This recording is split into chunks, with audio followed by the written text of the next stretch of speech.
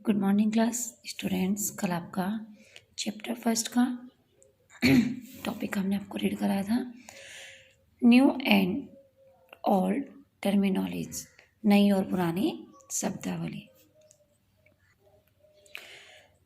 Start करते हैं आज का वर्क।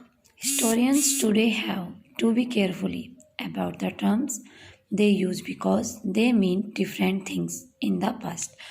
कि जो इतिहासकार हैं उन्हें किसी भी शब्द का प्रयोग करने से पहले अच्छे से उसके मीनिंग को जान लेना चाहिए, क्योंकि पहले उस शब्द का प्रयोग मीनिंग कुछ और होता था, आज उसका मीनिंग कुछ और है।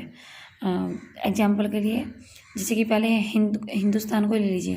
पहले हिंदुस्तान का मीनिंग एक छोटे से क्षेत्र के लिए था और आज हमारे पूरी कंट्री के लिए है। टेक फॉर एग्जाम्पल के लिए देखिए, a simple term like foreigner, जो हमारे विदेशी होते हैं, it is used to mean someone who is not an Indian. आज इसका मीनिंग है कि वो इंडियन नहीं है।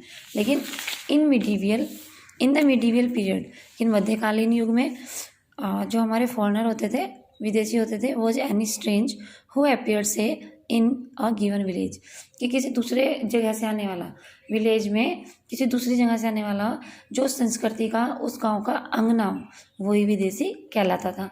और आज विदेशी कौन कहलाता है? जो दूसरे देश से आता है।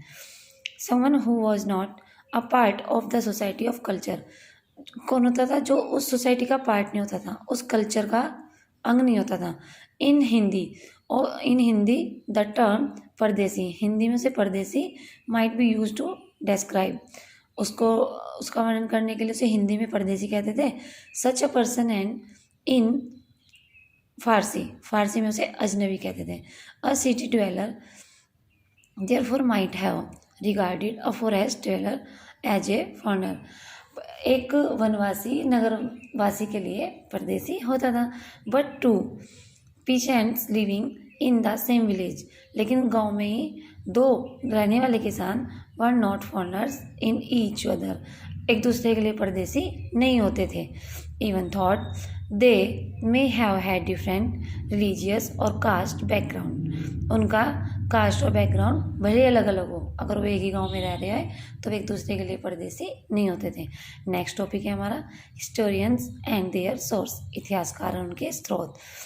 तो इतिहासकारों ने कैसे हमारे पास्ट को खोजा। Historians use different types of source to learn about the past depending upon the period of their study and the nature of their investigations. जो हमारे इतिहासकार हैं उन्होंने अलग अलग तरीक़ों से हमारे पास्ट को खोजा।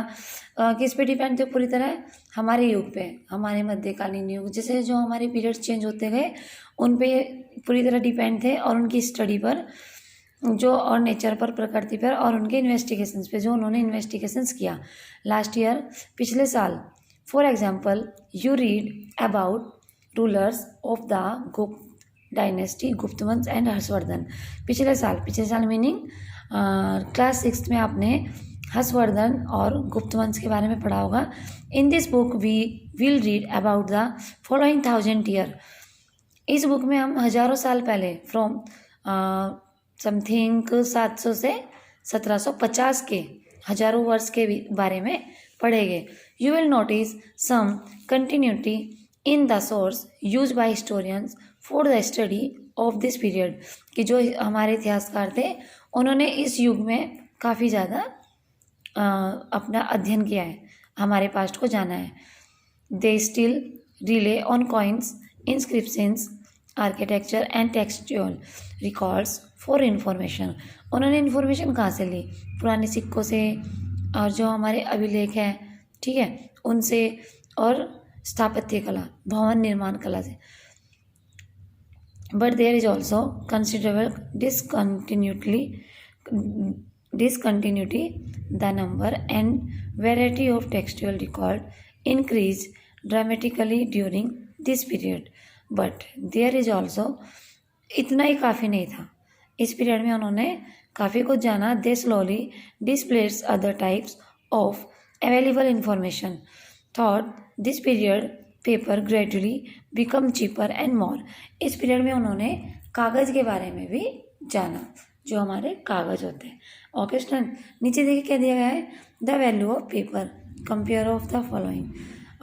In the middle of the 13th century a scholar wanted to copy a book but he did not have enough paper।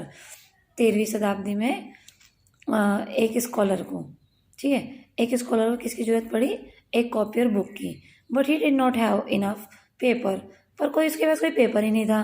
So he was the writing of a manuscript, he did not want write the paper and use it.